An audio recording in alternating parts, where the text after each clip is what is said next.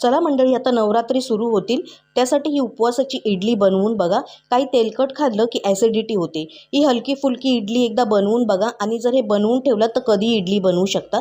त्यासाठी इथे मी 2 वाट्या वरीचे तांदूळ घेतलेले आहेत आणि 1 वाटी साबुदाणा घेतलेला आहे. साबुदाणा मला बारीक मिळालेला आहे, तुमच्याकडे जो असेल तो घ्या. आणि हे मिक्सरला असं रवाळ वाटून घ्यायचं आहे. हे तुम्ही स्टोअरसुद्धा करून घेऊ शकता. त्यातलंच 2 वाटी मी मिश्रण घेतलं, 1 वाटी दही आणि 1.5 वाटी यामध्ये पाणी घालायचं आहे. आधी 1 वाटी घालायचं आणि हे सगळं चांगलं मिक्स करून घ्यायचं. लागलं तर अर्धी वाटी घालायचं आहे. मी अर्धी वाटी पुन्हा घातलेलं आहे. आता हे सगळं एकसारखं व्यवस्थित मिक्स करून घ्यायचं. 20 मिनिटासाठी हे मिश्रण झाकून ठेवायचं आहे. चटणीसाठी आपण इथे घेणार आहोत भाजलेले शेंगदाणे, खोबरं, हिरवी मिरची आणि आलं.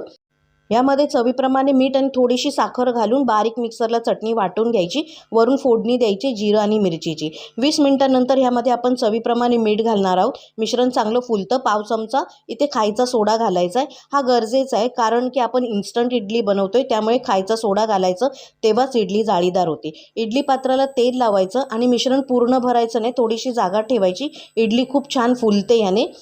इडली 12 ते 15 मिनटं छान वाफवून घ्यायची मध्यम गॅसवरती.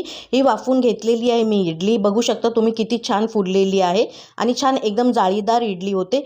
ह्या मिश्रणाचे तुम्ही आप्पे आणि ढोकळासुद्धा बनवू शकता.